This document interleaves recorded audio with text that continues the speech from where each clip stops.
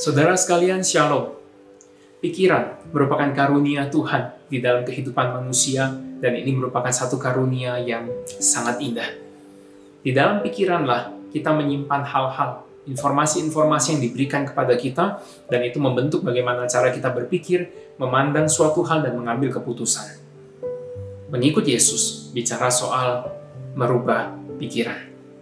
Pikiran yang dimaksud di sini tentu saja bukan hanya merubah pengetahuan, tapi juga secara emosional, hati kita, perasaan kita, dan keseluruhan kesadaran kita. Saudara, mengikut Yesus tanpa mengubah pikiran, ini akan membuat kita menjadi orang-orang Kristen yang formalitas saja. Di luarnya Kristen, namanya Kristen, tapi sesungguhnya hati kita tidak Kristen. Itu yang terjadi dengan seorang pengikut Yesus yang bernama Simon. Di dalam Kisah Para Rasul pasal 8 ayat 4-25 di sana diceritakan bagaimana kekristenan berkembang pada waktu itu, dan sampailah kekristenan di Samaria oleh seorang rasul yang bernama Filipus, dan ada satu orang yang bertobat bernama Simon. Dia adalah seorang tukang sihir. Lalu dia bertobat, dibaptis, dan selalu bersama para rasul.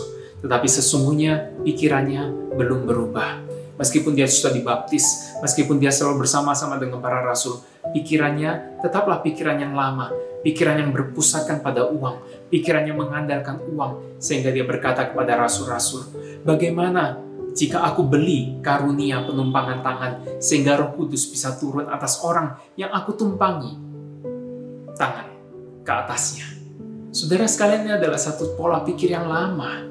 Dan pola pikir ini mendapatkan teguran yang keras daripada Petrus, membuat Simon sadar bahwa ini adalah sesuatu yang salah dan sangat fatal. Saudara, mengikut Tuhan tanpa mengubah pola pikir kita akan menjadikan kita orang-orang Kristen formalitas belaka dan membuat kita menjadi orang yang tidak berkenan di hadapan Tuhan. Pikiran apa yang saat ini tidak berkenan kepada Tuhan yang ada di dalam hati kita atau di dalam diri kita?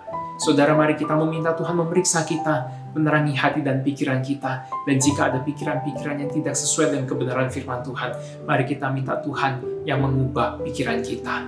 Sehingga pikiran kita berubah dan kita menjadi orang Kristen yang sungguh-sungguh berkenan di hati Tuhan, karena kita hidup sesuai dengan kebenaran firman-Nya. Kiranya Tuhan menolong kita, Tuhan memberkati kita semua.